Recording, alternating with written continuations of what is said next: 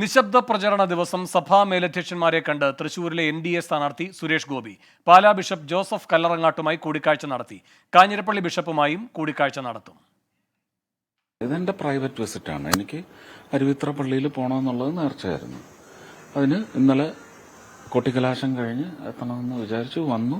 ആ കൂട്ടത്തിൽ നല്ല പ്രതീക്ഷയാണ്. ജനങ്ങൾ തീരുമാനിച്ചിട്ടുണ്ട് എങ്ങോട്ടെടുക്കണം. ഞാൻ എത്ര ദിവസമായിട്ട് പറയുന്നു, ഞാൻ ഇങ്ങോട്ട് എടുത്തിരിക്കുകയാണ്.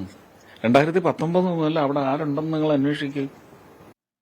ടോബി ജോൺസൺ തുടരുന്നുണ്ട് വിവരങ്ങളുമായി. ടോബി, എന്താണ് സുരേഷ് ഗോപിയുടെ കോട്ടയം സന്ദർശനത്തിന്റെ പിന്നിൽ?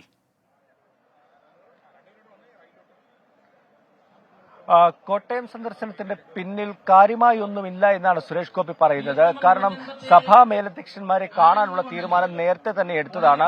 ഇന്ന് അതിനൊരു സമയം കിട്ടി. അങ്ങനെയാണ് ഇന്ന് കോട്ടയത്തെത്തി സഭാ നേതൃത്വത്തെ കാണുന്നത് എന്നാണ് അദ്ദേഹം പറയുന്നത്. സൗഹൃദമായിട്ടുള്ള ഒരു സന്ദർശനം മാത്രമാണ്, അതിൽ രാഷ്ട്രീയമില്ല എന്ന് പറയുന്നു. രാവിലെ തന്നെ അദ്ദേഹം പാലാ കുരിശുപള്ളിയിലെത്തി മെഴുകുതിരി കത്തിച്ച ശേഷം പാലാ ബിഷപ്പുമായിട്ട് കൂടിക്കാഴ്ച നടത്തി.